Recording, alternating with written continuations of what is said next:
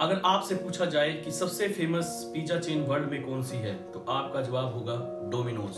लेकिन अगर यही सवाल आपसे 2017 से पहले पूछा जाता तो आपका जवाब होता पिज्जा हट। शायद ही किसी ने सोचा हो कि 15 जून 1958 को खुली उस छोटी सी दुकान के 31 दिसंबर 2019 तक दुनिया भर में 18,703 रेस्टोरेंट होंगे, जो कि लोकेशन के मामले में दुनिया की सबसे बड़ी पिज्जा चेन बन जाएगी। इनफैक्ट 1995 में दुनिया के वर्ल्ड पिज्जा मार्केट में 25% कंट्रोल पिज्जा हट का था, लेकिन 2016 के बाद इसमें 14.3% की गिरावट आई। लेकिन क्यों?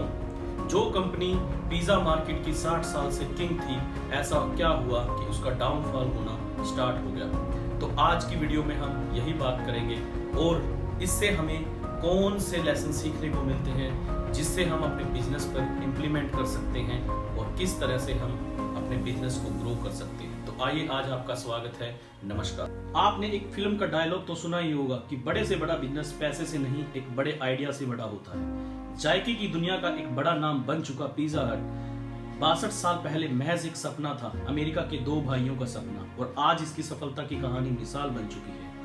ईयर 1958 में कॉलेज में पढ़ रहे दो भाई डैन और फ्रैंकी कॉर्नी अमेरिका के कंसास के विसिटा में रहते थे। एक दिन उनकी फैमिली फ्रेंड जॉन वेंडर ने उनसे कहा कि उन्हें एक पिज्जा शॉप ओपन करनी है। दोनों भाइयों ने अपनी माँ से $600 उधार लिए और मजे की बात थी कि दोनों भाइयों में किसी को भी पिज्जा बनाना नहीं आता था और ना ही बिजनेस चला।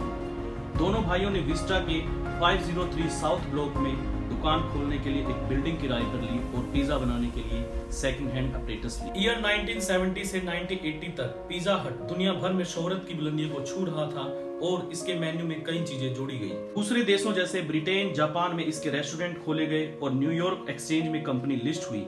इन्हीं 10 सालों में पिज्जा हट ने 4,000 स्टोर्स के आंकड़े को पार कर चुका था और इसमें 10,000 टीनेजर काम कर रहे। भारत में सबसे पहले पिज्जा को पिज्जा हट ने ही स्टार्ट किया था। उसने अपने पहले आउटलेट की घोषणा 27 साल पहले 18 जून 1996 में बेंगलोर में की थी। हालांकि उस दौरान कर्नाटक राज्य संघ, किसान संघ और कुछ शाकाहारी समूहों ने इसका जमकर विरोध भी किया था, जिसके लिए पिज्जा हट के बाहर पुलिस फोर्स को तैनात करना पड़ा और उन्हें सुरक्षा दी गई। 2022 तक पिज्जा हट की भारत में रेवेन्यू 5.3 बिलियन $। लेकिन अगर आप देखें, कुछ सालों से पिज्जा हट के बहुत से कॉम्पिटिटर आ गए हैं मार्केट में, लाइक डोमिनोज, पापा जोन्स एंड अदर, जिससे पिज्जा हट का डाउनफॉल हुआ। अगर देखें, डोमिनोज की ग्रोथ रेटिंग 15.9% थी 2020 में, लेकिन पिज्जा हट की फ्रेंचाइजी नुकसान में जा रही है। इनफैक्ट एनपीसी ने इसकी 1200 फ्रेंचाइजीज को बंद करना पड़ा और 2020 में इसके खिलाफ बैंकरप्सी का केस भी फाइल किया। बात करते हैं कि इतना सब कुछ हुआ कैसे। इसकी सक्सेस के पीछे 3 फैक्टर हैं। First, new discovery. Actually pizza is an Italian food और अमेरिका में 1950 तक ज्यादातर लोग इसके बारे में जानते नहीं थे, लेकिन जब इन्होंने अपना पहला आउटलेट ओपन किया तो वहां के सभी लोगों को इन्होंने फ्री पिज्जा डिस्ट्रीब्यूट किया एज अ सैंपल।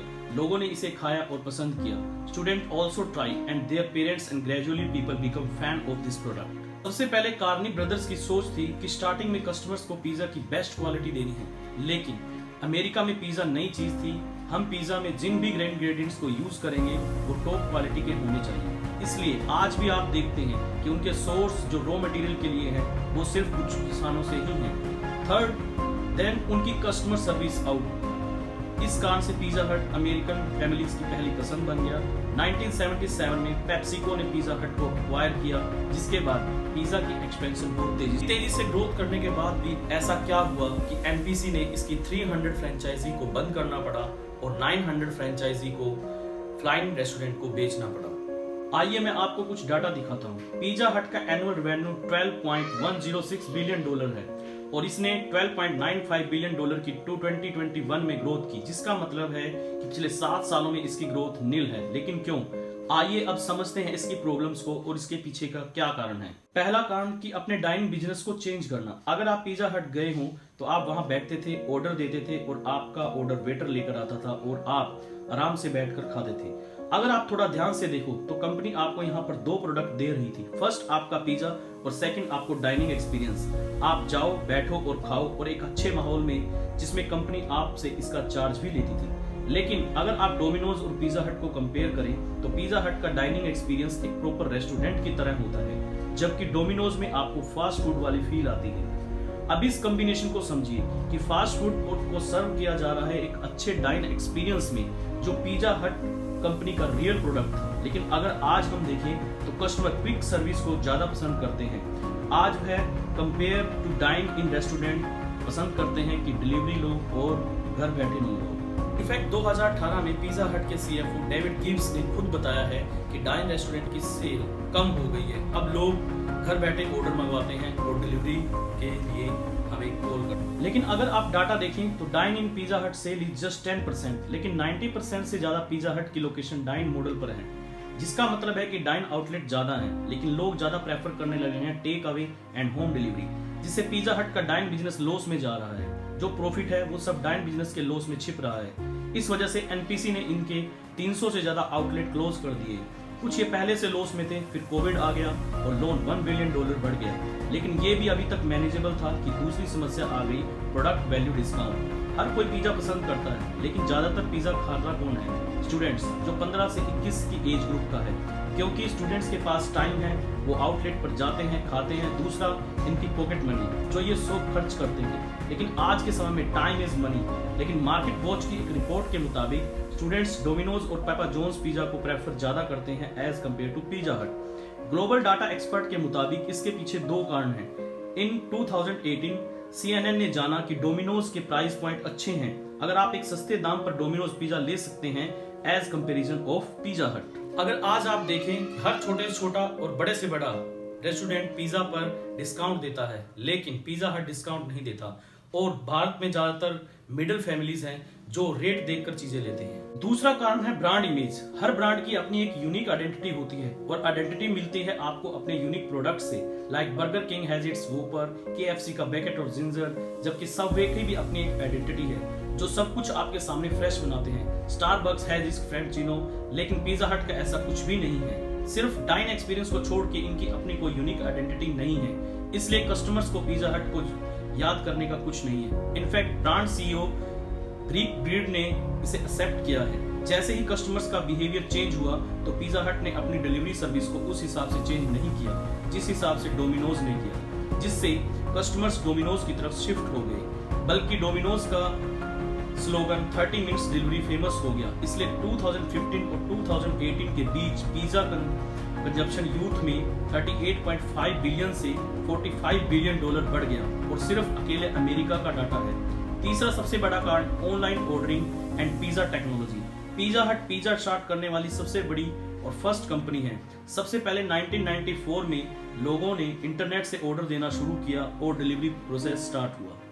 आज के समय में कोई भी पिज्जा हट की बात नहीं करता, क्योंकि जब आप फ्रेंचाइजी रेट कम करते हैं तो आउटलेट ज्यादा ओपन होते हैं, और आउटलेट ज्यादा होते हैं तो प्रॉफिट भी ज्यादा होता है, जिससे कंपनी की ग्रोथ बढ़ती है। इसी वजह से डोमिनोज के जहां 2015 में 876 आउटलेट्स थे तो 2021 में 1360 हो गए, और जहां पर पिज्जा हट के 2015 में 376 आउटलेट्स थे वो सिर्फ मात्र 2021 के अंदर 459 ही हुए। इससे डोमिनोज के आउटलेट ज्यादा हुए तो फेम और सेल भी ज्यादा हुई, जिससे डोमिनोज के आउटलेट आपके शॉर्ट डिस्टेंस पर भी मिल जाते हैं। पिज्जा हट के फॉल का सबसे बड़ा कारण है टेक्नोलॉजी। पिज्जा हट ने ऑनलाइन ऑर्डर डोमिनोज से पहले स्टार्ट किया, लेकिन अगर आज देखें तो पिज्जा हट टेक्नोलॉजी के मामले में बहुत पीछे। अमेरिका पिज्जा की बहुत बड़ी मार्केट है। 39% फ्रेंचाइजी पिज्जा हट के अमेरिका में है। मैं आपको अभी कुछ कंपैरिजन दिखाता हूँ। Papa John's and Domino's second बड़ी कंपनी है पिज्जा की। उन्होंने ऑनलाइन ऑर्डरिंग सर्विस तो 2001 में स्टार्ट की, और दोनों ने बहुत बड़ा अमाउंट खर्च किया टेक्नोलॉजी में।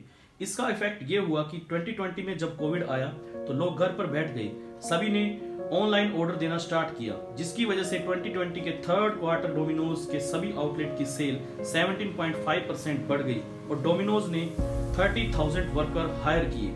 वहीं पापा जॉन्स की सेल 23.8% इंक्रीज हुई और इन्होंने 10,000 वर्कर हायर किए, लेकिन पिज्जा हट की सेल सिर्फ जस्ट 6% ओनली। अब पिज्जा हट ने डिलीवरी प्रोसेस पर फोकस किया है। नए स्टोर्स के साइज 1800 स्क्वायर से 1200 स्क्वायर फीट के है, क्योंकि स्मॉल आउटलेट होंगे तो उन पे खर्च भी कम आएगा, और खर्च कम आएगा तो फ्रेंचाइजी भी ज्यादा होगी। पिज्जा ने पुराने दौर के स्टोर को न्यू किया है, जिसकी वजह से यम ब्रांड ने $130 बिलियन पिज़्ज़ा हट में इन्वेस्ट किए हैं, जिससे कि वो अपने डिलीवरी स्पीड को इंक्रीज कर सके और नए डिजिटल प्लेटफॉर्म बिल्ड कर सके।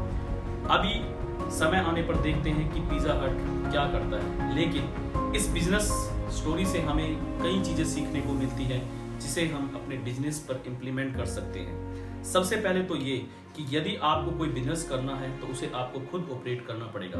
मोस्ट इंपॉर्टेंट थिंग इन्वायरमेंट की, कि आपको समय के साथ बदलाव भी करने चाहिए, और अगर टाइम के अकॉर्डिंग आप चेंजेस नहीं करते हैं तो आप मार्केट में आपको सरवाइव करना मुश्किल हो सकता है। क्योंकि जब मार्केट डाइनिंग से डिलीवरी की तरफ चेंज हो रही थी तो पिज़्ज़ा हट को डिलीवरी पर फोकस करना चाहिए था, लेकिन उस समय कस्टमर का डाइनिंग और आउटलेट पर जाना बंद हो गया था। लेकिन पिज़्ज़ा हट ने ऐसा कोई भी प्रयास नहीं किया कि जिससे वो डोमिनोज को पीछे कर सके, लेकिन उस समय डोमिनोज ने इसका फायदा उठाया और अपने को क्विकली चेंज किया, और जिससे वो मार्केट में एक बड़ी वैल्यू बना पाए। Next, now your image. Her company का और हर बिजनेस का अपना एक इमेज होता है जिसे हम बोलते हैं ब्रांड इमेज। जैसे 30 minutes delivery pizza by Domino's, McDonald का बर्गर। ये मैटर नहीं करता कि बर्गर कैसा है, लेकिन उनकी ये अहमियत है कि वो 2 और 3 मिनट्स में बर्गर आपके हाथ में दे देते हैं, क्योंकि स्पीड मैटर करती है। ब्रांड इमेज से ही कंपनी को याद रखा जाता है, अदरवाइज कंफ्यूजन कस्टमर के दिमाग में रहता है और कंफ्यूजन लीड्स टू इनडिसीजन। तो हमें आपके प्यार भरे कमेंट्स का इंतजार रहेगा, और आप इस वीडियो को ज़्यादा से ज़्यादा शेयर कीजिए, और मिलते हैं आपको नेक्स्ट वीडियो में। तब तक के लिए नमस्कार।